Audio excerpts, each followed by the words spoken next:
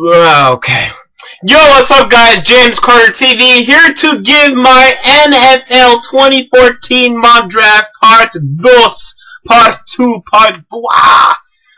because the combine just ended, so it's time for me to come on here and make my updated mock draft. Now, the combine just ended yesterday, so I haven't had much time to, analyze everything, but I've had enough time for me, because I'm a quick learner. But before I get into this mock draft, make sure if you're new to the channel to click right up there in that corner. That way you are updated every time I make a new mock draft, every time I make a new video. So click right up there to subscribe, and make sure to follow me on Twitter if you have one, at James Carter TV, for my NFL draft knowledge and prowess.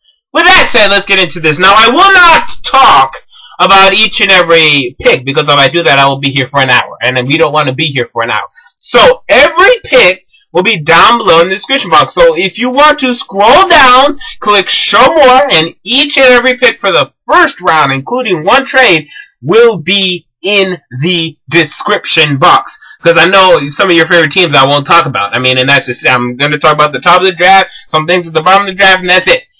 So there's that, okay? And furthermore, how I construct my mock draft is different from a lot of people.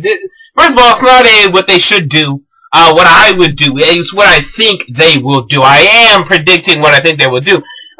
Because, first of all, I look at the rumors. And I know rumors don't mean much to you, and it really doesn't mean much to me. But if I hear some rumblings, and I put some stock into that, I will update my pick around that. I will update my mock draft around these rumors. That way, it is more accurate, if you will. I'm not aiming for accuracy. It's fun to do. These are fun to do.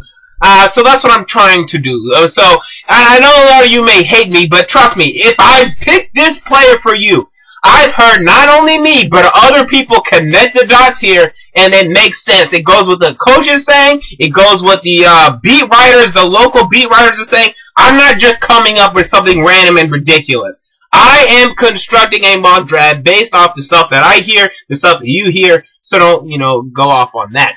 With that said, let's get into this mock draft, shall we? I will start with the top of the draft, Blake Bortles to Houston. I'm still of the belief that the Texans will take a quarterback, and so is John McClain of the Houston Chronicle. John McClain has worked with the Houston Chronicle for 30 years, okay? He knows a thing or two about his Houston sports team, and he is adamant when he says that the Houston Texans will take a quarterback, number one. So I will believe it. Despite Jadeveon's magnificent combine performance, I think that his performance locked him into a top 3 spot at least, but not the top 1. I think that goes to Blake Bortles. I think he fits the prototypical Bill O'Brien offense, and the thing he's looking for, I think he impressed with the comment because he did stuff. Teddy Bridgewater did nothing. He did absolutely nothing, and he did nothing but hurt himself to me. As well as Johnny Manziel. He did some stuff, though, so he did help himself more than Teddy Bridgewater. Teddy Bridgewater just lost this. It's over, okay? The Houston Texans are taking Blake Bortles, Johnny Manziel, or Jadeveon Clowney. Teddy Bridgewater, you're done. Teddy Bridgewater, you're done. You're finished. No more number 1 pick for you. Get out. Okay, your agent is really screwing yourself over, but I don't want to get into all that. Blake Bortles to Houston here. Now, I have a trade with the number 2 overall pick because, like I said, I believe Jadeveon Clowney will go in the top 3. And really, it all depends on one or two things. Someone will trade to the number 2 spot. St. Louis has been talking a lot about trading down because their GM, for some reason, he's like, oh, well, we've traded down every year I've been here, so I'm not used to having only 1 pick, so let's do it again. Okay, which I don't know what that means, but so I think the St. Louis Rams will trade down to Atlanta. I think Atlanta will trade up and draft Jadeveon Clowney, because the thing is with Clowney, we all know it's about his work ethic, and does he want to be the best ever? Because if he does, he has a very good shot at it. This guy's special. And he talks about wanting to go to Atlanta. So if I'm Atlanta and I hear this, like, this guy wants to come here, that means he's going to want to play here. He's going to want to play well for us. Because, again, remember, these new rookie contracts, the best you're getting is a 5-year deal. Okay, that's the best you're getting. And it's probably going to be for no more than $25 million. So 5-year, $25 million for you, Jadeveon. He will try for 5 years. For 5 years, you will get the best out of Jadeveon Clowney because he wants a paycheck. Whether that's what you want or whether that's not what you want, You're going to get the best out of Jadeveon Clowney for 5 years because he wants his money. Okay? And you're going to get it. So I think Atlanta will buy into that and will trade up for Jadeveon Clowney at the number 2 position. With that said, let's get into number 3, 4, 5 real quick. Someone just texted me. Sorry about that. So let's get into 3, 4, 5 real quick.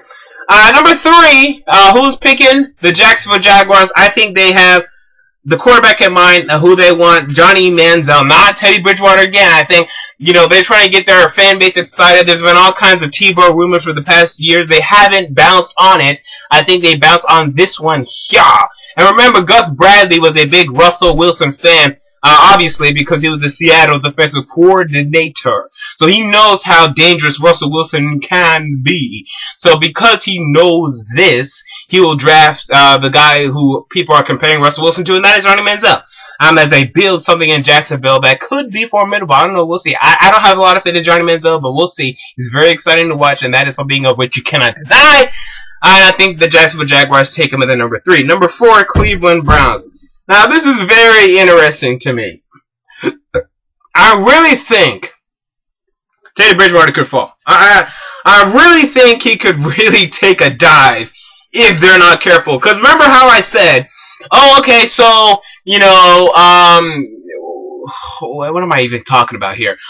Okay, so, I remember, but I lost my train of thought. So, at the number 1 position, let's say the Houston Texans take Jadeveon Clowney. Okay? Then, number 2, St. Louis is like, hey, anyone want to trade up? Okay, well, the only one that wants to trade up then is Cleveland, and because they're enamored with Johnny Manziel. So, let's say Cleveland then trades up to number 2, takes Johnny Manziel. Number 3, there sits Jacksonville. I think they may take Bortles in that situation. So, there goes that. So, they're now, St. Louis is at number 4. They're going to take a tackle.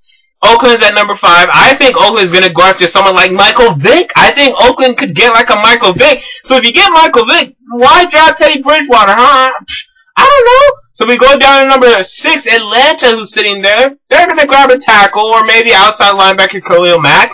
Then Tampa Bay's sitting here. If Khalil Mack's there, wait a minute, this could be the best defensive player in the draft. Let's get him. And then all of a sudden, Teddy Bridgewater falls all the way down to number 8. And Minnesota can't run quicker to the podium. Says, yes!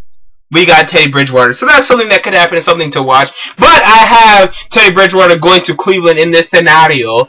Because, they're looking for a quarterback. I mean, they've been looking for a quarterback. Why? I mean, obviously they need one. But, Brian Hoyer played well. I'm still on the Brian Hoyer bandwagon here, but, whatever. So, there's that. And number 5, I have the Oakland Raiders taking Sammy Watkins, who could end up being the best player in this draft, the most exciting player in this draft. He's great, okay? He's as good, not as good, but he's nearly as good as A.J. Green and Julio Jones coming out of college. Look at what those two are doing now. They're doing great stuff, except for Julio, because he snapped his damn knee up. But, they're doing great right now. Anything else in this thing? Now, the thing is, it's very hard to construct these mock drafts. C.J. Mosley's a very interesting prospect, okay? C.J. Mosley, some people have him rated in the top 10 on their big boards. Some people have him rated in the lower first round of their big boards. But the problem is, in the middle of the first round, no one needs an inside linebacker. No one. Okay, it gets to a point after Baltimore, not even Baltimore, because Baltimore wants a fucking wide receiver or tight end. So really, it starts even after Tennessee. Okay, Giants, Taylor Lewan's going to be there. They're going to take him, I think. 13, they're not going to look to take fucking C.J. Mosley. They're not going to want it. Chicago, no, they're going to take a defensive tackle. 15, who the fuck is that 15? They're not going to, Steelers, they're not taking C.J. Mosley. 16, Cowboys, they're not taking C.J. Mosley. 17, Ravens, like I just said, wide receiver, tight end, that's it. 18, who's picking at 18? Fuck! Okay, it doesn't matter. Whoever that is not taking them. 19, Dolphins, they're not taking, or maybe 19 was, fuck! Okay, point is, C.J. Mosley's gonna fall, because not a lot of teams in the middle don't want C.J. Mosley, but, so he's gonna fall, Coney Ealy's gonna fall, and these could be one of the best defensive players in this class. This is a very interesting mock draft, so when you look down below, at my mock draft, just remember, we're still before free agency. We're just after the combine. It's very hard to predict, because this is one of the best drafts ever, to me. It's so deep, it's so good.